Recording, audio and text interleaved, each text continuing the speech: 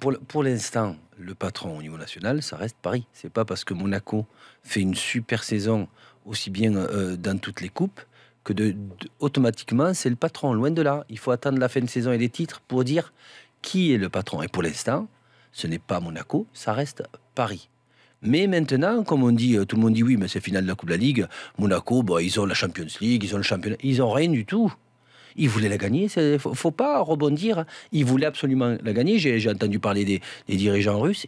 C'était très important. Et le Prince bien sûr, Albert, ils n'ont pas de titre en encore. Premier, Depuis non, qu'ils mais sont en là. plus. Et le Prince Albert en premier, tu sais que c'est depuis 2003, Monaco n'a pas eu de titre, qui plus est qu'une Coupe de la Ligue. Le dernier championnat, c'était 2000.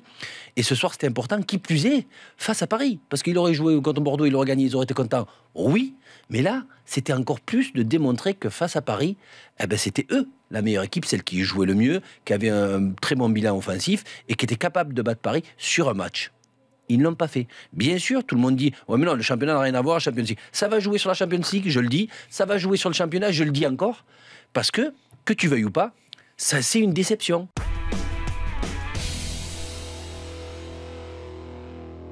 Ce délirium médiatique qu'on a entendu autour du PSG et à contrario, parce que là, les gens vont dire « Ouais, mais t'es pro... » Non, non, non, non, non, non. Ce que je dis depuis plusieurs semaines, c'est que faire l'éloge de Monaco, qui a pour l'instant fait une très belle saison, qui est en quart de finale de la Ligue des Champions, qui a des joueurs fantastiques, que toutes les semaines je regarde avec intérêt, vraiment. Mais dire ça, ça ne veut pas dire, comme on l'a entendu depuis toutes les dernières semaines, que le PSG est bidon.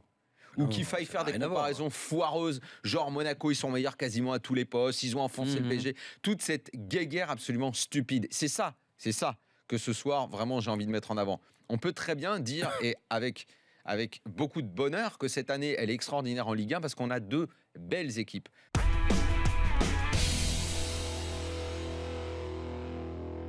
Pour l'instant, c'est Monaco qui le domine.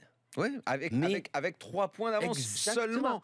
Non, parce non, mais que quand tu entends tous les commentaires, tu dis qu'ils ont 10 points d'avance sur Paris. Ils n'ont que 3 points d'avance, mais ils ont démontré beaucoup plus que Paris contre encore les autres équipes. Ça c'est pas sur 2017, sur la première partie de saison, oui. Moi, pas sur 2017. J'englobe le tout, Daniel. Je regarde pas 2017 ou le début de la saison. Mais parce que Paris était dans plein de changements. La différence, c'est que Monaco a très bien débuté le championnat parce qu'ils ont commencé très tôt.